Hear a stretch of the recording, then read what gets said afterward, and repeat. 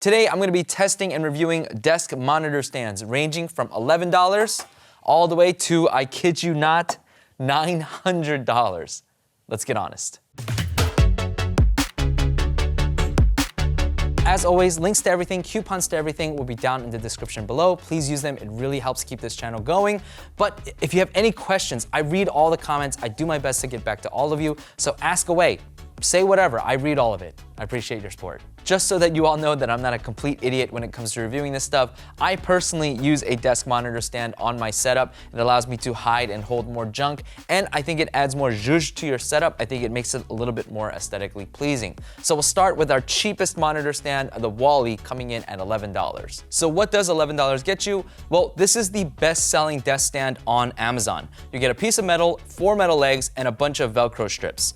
It's surprisingly rigid. Like, I thought I was gonna get a piece of plastic, but it's surprisingly rigid for $11, and it states it can hold up to 44 pounds. It is really tiny though, coming in at only 14.6 inches by 9.3 inches, and while the legs are height adjustable at 3.9 inches, 4.7 inches, and 5.5 inches, the highest setting makes the legs a little too wobbly. What's nice though is that it's got cutouts for Velcro strips, and because of the hole nature, you can also tie down cables to that using the Velcro strips as well. Next up, at $35, we have the KYOLLY RGB gaming computer monitor stand. Now, the description states that this thing is made of plastic and metal, but this thing is completely made out of plastic. It doesn't flex though, and on the site, it states that it can hold up to 66 pounds. Now, compared to the $11 stand, this one has a ton of features. On the back, you have a USB 3.0 port, and that connects to your computer.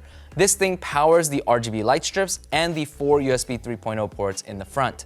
Now, speaking of the front, you also get a slide-out drawer, but don't expect to put anything bulky in here because it's pretty small. And then you also get a slide-out phone holder, and this thing is surprisingly wide. It can hold my iPhone 13 Pro Max with a case on as well, so you get a good amount of space. And finally, you get a button that controls your RGB strips. Now, single-clicking this button is going to toggle you through various RGB light modes. And then if you click and hold the RGB light, or that RGB button, it's going to turn off. Now, one big con about this thing is that even if you turn it off, there have been a number of complaints that say that this RGB light turns itself back on, which can be a real issue if you have it, for example, in your bedroom. Now, on the sides, you get this really, really ugly sign that says multifunctional monitor stand, and the other side, you get the brand name KYOLLY. I think it's just kind of ruins the look. But the last feature is that the legs can actually turn inward, lowering the stand height, which is pretty cool. But when you do this, the width available, the space available under the stand shrinks significantly. If you care about aesthetics at all, I highly recommend you avoid these two. Like, these things are gonna be landfill in just a couple years. I highly recommend you save up a little bit more money and go with our next option on the list. This is one of my top picks from Aothia. For $60, you get this dual monitor stand with cork legs from Aothia. Now, you can get quite a few different variants of this in different wood finishes. You can get different lengths. There's also one that's angled downwards in case you wanna use a laptop alone on your desk, and it also saves space. This one here is the oak color in the dual length, and it looks absolutely gorgeous. It's using layered plywood, and then at the top you've got an oak wood veneer, and this veneer looks absolutely gorgeous. Like, some veneer looks really cheap. This one has texture, and when you look at it, it looks like real wood. I'm actually really impressed, especially at this price point. Now, the dual one that I have here measures in at 43 inches long, 9.5 inches deep, and 4 inches tall, and it states that it can hold up to 100 pounds. Apart from aesthetics though, it doesn't have any other features. The legs are made out of a compressed cork, and it's really, really soft to the touch, so it's probably not gonna scratch your desk, but keep in mind that they're not height adjustable. This is where we see our first major price jump, going from the Aothia dual monitor stand to this desk stand from a company called Grovemade. The Grovemade desk stand comes in at $280. Now, I have a 10% off coupon code that you all can use if you want to pick this up, but that's still a lot of money compared to a very similar looking desk stand from Aothia, which cost only $60. Now, there is a major difference, which I'll talk about in just a second, but you can get this Grovemade desk stand in a few different variants. You can get it in solid colors like I have here in the matte white, or you can get a solid wood top. This one here that I have is a veneered top. Three major differences between the Grovemade and the Aothia is that the Grovemade's workmanship is higher quality. You can see additional layers of plywood, and that's going to prevent any kind of warping. Compared to the Aothia, if you use it in humid temperatures, you might see some warping in that wood. In addition, you get an extra shelf in the Grovemade if you get the large version, and this thing is going to have a felt bottom so it doesn't scratch any of your stuff, and it's got an aluminum plate on the bottom. And then if you get the large version of the Grovemade, it is wider than Aothia's. The Grovemade desk stand can support up to 50 pounds, and the legs are made out of natural cork, and it is scratchy, but it's not dense enough to ever scratch your desk. If you want a drawer to put in either of the inserts on the right side of the desk, it's gonna cost you an extra $150. It's incredibly expensive, but it's pretty well designed. You can go on the upper or lower shelf, and it's got soft cork on the bottom, so it's not gonna scratch your desk if you put it on the lower level. The aluminum exterior of that shelf also matches the aluminum on the rest of the desk stand as well. The major con about the Grovemade desk stand is pretty clear. It's expensive and you're not getting all that many features, and then you can find cheaper variants of it like at a fraction of the price on Amazon from companies like Aothia. But another con you might want to take into consideration is that the plywood ones especially sometimes there are notes that it gets dinged up in shipping, and so that might be something you want to consider, and if you see it, you might want to contact customer support immediately because these things are not cheap. And now, the moment you've been waiting for. This is the Hexcal Studio desk stand coming in at $900. The main top area of this is made out of metal, but both the ends on the left and right, as well as the rest of this thing, is made out of a high quality plastic. And because there is a material difference between the metal lid and the left and right ends, there is a color difference there as well. The legs are made out of metal as well, and this desk stand is the heaviest by far of all the desk stands, coming in at just under 22 pounds.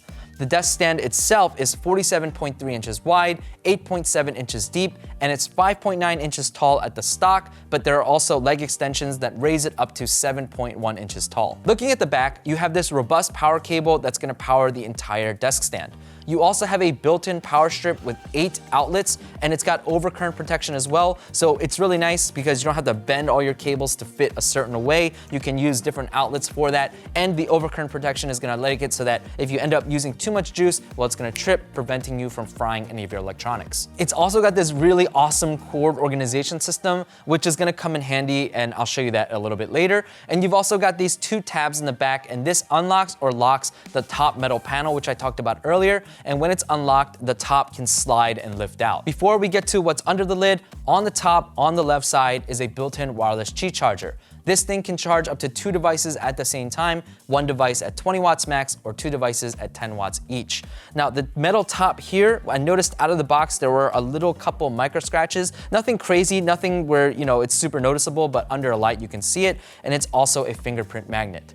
The right side does absolutely nothing. When you lift the metal lid off, you get a chamber that measures 40 inches by 6 inches by 1.6 inches. And most of the surface has a rubber texture, and it's supposed to be thermal resistant. On the left and right sides, you get these hidden compartments, and they're actually going to hold your leg raisers in case you want to lift your leg a little higher to that 7.1 inch height. In this compartment, you can hide things like power bricks, let's say from your monitor, for example, but you can also hide your external hard drives in here and access them from the outside.